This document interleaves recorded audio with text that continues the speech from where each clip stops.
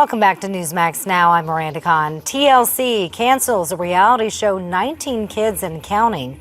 The show had been in limbo after the family's eldest son, Josh Duggar, was accused of molesting 5 children, including 4 of his sisters.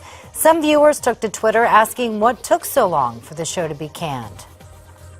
Despite customer complaints, Amazon's Prime Day raked in record sales. Sales in the U.S. shot up 93% for Amazon on Wednesday, while sales in Europe grew by 53%. NASA scientists released the first pictures of Pluto. The high-resolution photos of the former ninth planet show mountain ranges of ice. The mission has been quietly underway for nearly a decade now. And those new pictures come as both President Obama and Russia's leader Vladimir Putin celebrate the 40th anniversary of the Soyuz Apollo's orbital flight. The flight marks a special date in Russian-American relations. It was the first joint space mission involving 2 different states. Pretty cool. Pretty cool indeed. And joining us right now for our roundtable, attorney and political strategist Chelsi Henry. Also joining us, Republican strategist Ford O'Connell. Great to have you both back with us here on Newsmax Now. Thanks for having us. Great to be here, John. All right, Ford, good to see you. Good to see you, Chelsi. Now, if you guys have not seen the video in question, I'm talking to you two, but I'm talking to everybody at home. You've been living under a rock. It was dropped by a group called the Center for Medical Progress earlier this week. That video claims to show a lunchtime conversation between Planned Parenthood Senior Director of Medical Services, a woman named Dr. Deborah Nucatola, an anti-abortion activist posing as potential buyers of fetal body parts. Guys, let's take a look, listen to that conversation. Every provider has had patients who want to donate their tissue, and they absolutely want to accommodate them. They just want to do it in a way that is not perceived as this clinic is selling tissue, this clinic is making money off of this. Federal abortion ban is a law, and laws are up to interpretation. So if I say on day one I do not intend to do this, what ultimately happens doesn't matter. Wow. Ford, we normally talk many times, or have talked many times, about abortion, reproductive rights being a sticky wicket for Republicans, but this seems different and impossible for Democrats to defend. It absolutely is impossible for Democrats to defend. Let's remember, though, these are still allegations. That said, though, the imagery of an unborn child being torn apart and its parts being sold like a used car is really powerful ammunition for the pro-life group, and it's something that we really need to get to the bottom to. Notice none of the Democratic presidential candidates have uttered a peep. Well, we'll get to that point, Chelsi, but when you see this, normally, and we'll have some polling information very soon that shows how what Americans think about this, but is this the type of video that can be used and will be used to gain more pro-life voters for the Republican candidates? I think it can and it should be. With my personal story, my mother was a teenage mom, and she had the opportunity, was presented with the opportunity to abort. And so this is very close to home to me in understanding what an abortion is. And it's one of the many reasons why I'm pro-life. And so as Ford mentioned, and I totally agree, these are still allegations, but I think that these are strong enough allegations. There's enough ambiguity said in this conversation over this lunch meal that should prompt some investigation. I mean, Planned Parenthood has received over $200 million of taxpayer funds since 2012. They continue to support Democratic candidates. So there's definitely some bias in their actions. But more importantly, for the women that they serve, they should know that they're receiving care that is proper and that is legal. Because as we know, the partial birth abortion, also known as IDX, is illegal here in the United States. And so an investigation, this is the time, the perfect time for an investigation, not only because it's the presidential cycle, but because this is what is right.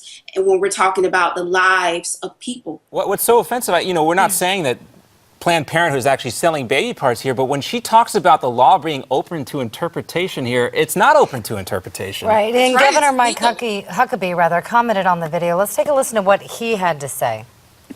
Only since the Nazis have we seen such cold-blooded indifference to human life. All right, I have to ask you, Ford, is that fair, though, to evoke the Nazi comparison here, though?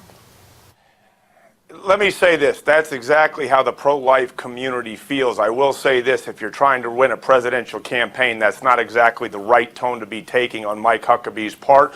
But again, he is very to his principles when it comes to pro-life. And let me say something. You were talking about what the law is on abortion. It's Roe v. Wade, and the point is viability. And with medical technology getting better, that point of viability that a being can live outside the womb is getting less and less. So this interpretation of law by Deborah Nakatula is absolutely insane. And the fact that she can do this while munching over lunch and drinking red wine and so callously talking about the taking of a human life just for its body parts is outrageous. That's it. She should have told these folks flat out, what you're talking about is illegal and we take no part in that. She didn't do that. Guys, we'll continue this conversation, including talking about Scott Walker's partial birth abortion ban, the 20-week abortion ban, coming up right after this short commercial break. Ford O'Connell, Chelsi Henry, coming right back here on Newsmax Now.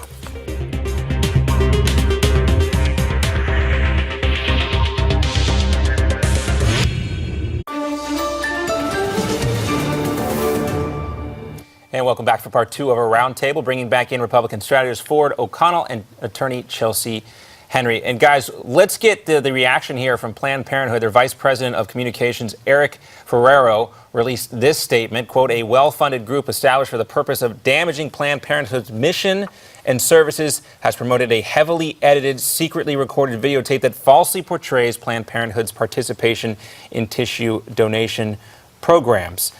To play devil's advocate, though, Chelsi, could this really just be a case of clever editing, or is there something really here?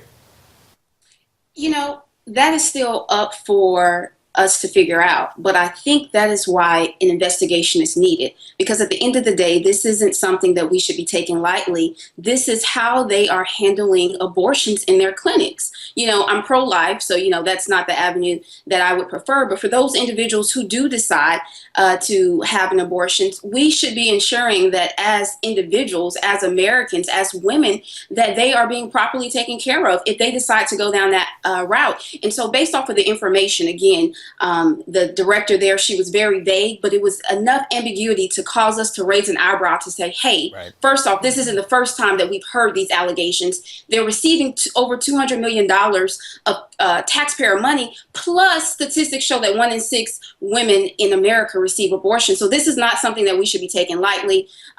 You know, they estimate over 1.5 million babies are aborted every year, 4,000 a day. This is something that we need to look into. This is something that should be investigated. And if Planned Parenthood are really doing things right, and this just happened to be some discussion, some dialogue over you think there'd be more of a robust denial of what was taking place there? I don't know. And then we know that House Speaker John Boehner's called for a congressional investigation into the use of taxpayer money by Planned Parenthood. So we'll see where that goes, Miranda. Yeah, and added to that, you know, one of the Democratic congresswomen from Illinois, instead of actually addressing the issue, her response was that they should investigate the Center for Medical Progress, the organization that released this video. And so just to your point, John, it's yes, they're pivoting away from the issue. They're not directly denying if these are taking place. And so therefore, there should be an investigation. But Ford, doesn't John maybe have a point there? It is an 8-minute video. I believe the original video is like 40 minutes long.